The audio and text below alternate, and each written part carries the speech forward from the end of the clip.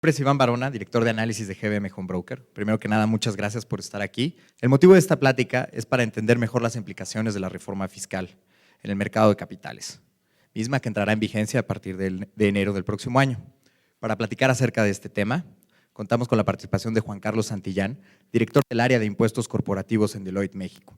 Con más de 12 años de experiencia en este ramo, los dejo en buenas manos. Como sabemos, hoy en día hay un régimen de exención para las ganancias que obtienen las personas físicas residentes en México y para algunos extranjeros por estas ganancias que obtienen en el mercado de capital. Esto contrasta con el régimen que se tiene en algunos países. Lo que se propuso por parte del Ejecutivo es un gravamen a las ganancias de capital equivalente a un 10% de la ganancia obtenida. Se propone que el impuesto se detone hasta el momento en el que se lleve a cabo la enajenación de esas acciones, es decir, hasta que se monetice. Finalmente, de esta manera grava los dos ingresos que podemos obtener en el mercado de capitales, los dividendos, ¿no?, que decreten y que paguen las emisoras, y la ganancia que se obtenga por la venta de las acciones. También va a estar aplicable la exención, el pago del impuesto al 10%, en el caso de emisoras extranjeras, pero que coticen en el Sistema Internacional de Cotizaciones, en el SIC. Sin embargo, también se va a dar el tratamiento del 10% a aquellas emisoras mexicanas que coticen en otro mercado reconocido en las bolsas de otros países. También va a aplicar el 10% a los títulos que representen índices accionarios que sean enajenados a través de la Bolsa Mexicana de Valores o del MEXDER. La figura del ADR también queda comprendida dentro de la reforma para que le aplique la tasa del 10%. Incluso también en operaciones de préstamo de valores, ya ven que ahí en ocasiones se da lo que es la transmisión de la acción, se transmite la propiedad de la acción. En esos casos también aplica el impuesto al 10%. Algunas excepciones en las que no va a aplicar esta tasa del 10% y que por lo tanto me voy a tener que ir al régimen general que me puede llevar hasta el 35% de impuesto. Cuando la enajenación de las acciones se considere que no se llevó a cabo entre el gran público inversionista o que son títulos que no cotizan entre el gran público inversionista. A las acciones que se enajenen en la Bolsa Mexicana de Valores, pero que no hayan sido adquiridas en la Bolsa Mexicana de Valores. No va a operar esta tasa del 10% cuando una persona o un grupo de personas enajene más del 10% de las acciones pagadas de la sociedad. Se permite que este costo, que tuve que erogar para adquirir las acciones, se actualice por el transcurso del tiempo. Otro tema importante, para determinar esta ganancia, se van a poder disminuir las comisiones que me cobra el intermediario, tanto a la compra como en la venta, para determinar mi ganancia neta. En este caso, el impuesto está a cargo de la persona física. El intermediario únicamente va a tener la obligación de determinar la utilidad o la pérdida e informarla al inversionista. Van a poder netear las utilidades y las pérdidas que tengan por las ventas de acciones que hayan realizado en el ejercicio y pagarán su impuesto sobre la base neta. Esas pérdidas yo las puedo guardar y las voy a poder utilizar para años futuros para compensar las contrautilidades, pero por el mismo concepto, contrautilidades por venta de acciones.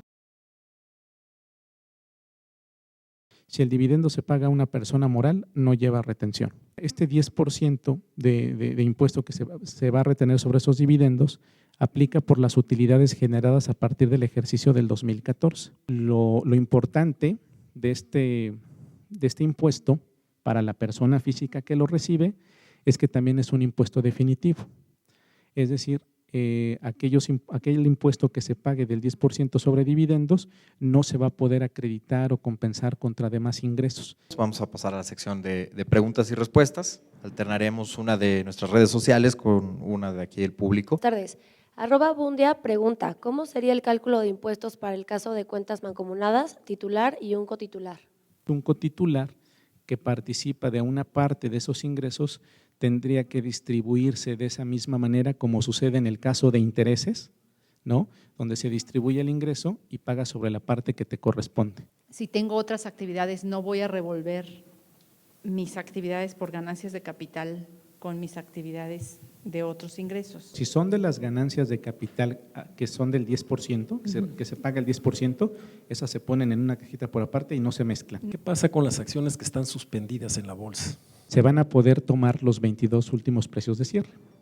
Pero si no es así, que es el caso de los ejemplos que usted comenta, me voy a tener que ir a tomar 6 meses atrás. Bueno, 6 meses, mejor dicho. Si lleva más tiempo, ese caso no está previsto actualmente en la ley.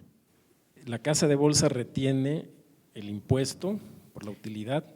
En el caso de extranjeros solamente, en el caso de personas físicas mexicanas, únicamente proporciona las utilidades, las pérdidas, y ya la persona física, el inversionista, se voltea y en su declaración anual hace el pago del impuesto. En la constancia que nos va a entregar la casa de bolsa en los primeros meses del 2015, Sí. va a incluir la ganancia o pérdida neta, ya considerando las comisiones de la casa de bolsa. No, yo pensaría que ya se podría proporcionar una constancia donde traiga ya el efecto neto que considere los efectos de las comisiones, donde ya estén disminuidas. Las casas de bolsa van a entregar información al SAT sobre sus clientes residentes en el extranjero o extranjeros. ¿También van a entregar toda la información de sus clientes mexicanos o solo cuando el SAT se los pida por algún caso particular? No veo que cambie de manera sustancial eso, porque es información que ya se viene entregando, tanto por la parte de mercado de dinero como de mercado de capitales. ¿El impuesto a declarar va antes de comisiones o después? No, después ya tiene que traer incorporados los efectos de las comisiones, si es que estoy entendiendo bien, las comisiones del intermediario. Pregunta @Bundia. ¿Serán deducibles los gastos relacionados con la actividad, ejemplo de servicios de la información? No está previsto, lo único que se considera son las comisiones.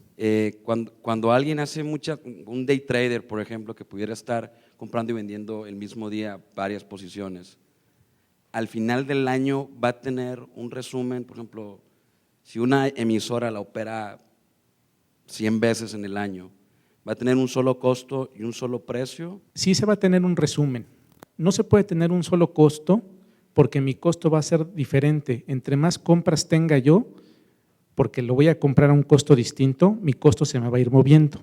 Lo que sí voy a tener uno solo por emisora es o utilidad o pérdida, y ese es el resumen que me va a dar la casa de bolsa. La primera, ¿qué pasa con utilidades, con pérdidas que se puedan tener en 2013? Si yo tuviera una utilidad en 2013, está de acuerdo que está exenta. Si yo tengo una pérdida materializada en 2013, no la deduzco. Tampoco me la podría llevar hacia futuro. En cambio, si yo no tengo esa pérdida monetizada, pero sé que la voy a tener y la tengo en 2014, esa sí me la puedo llevar. Bueno, pues de nuevo agradecer a Juan Carlos por haber venido con nosotros.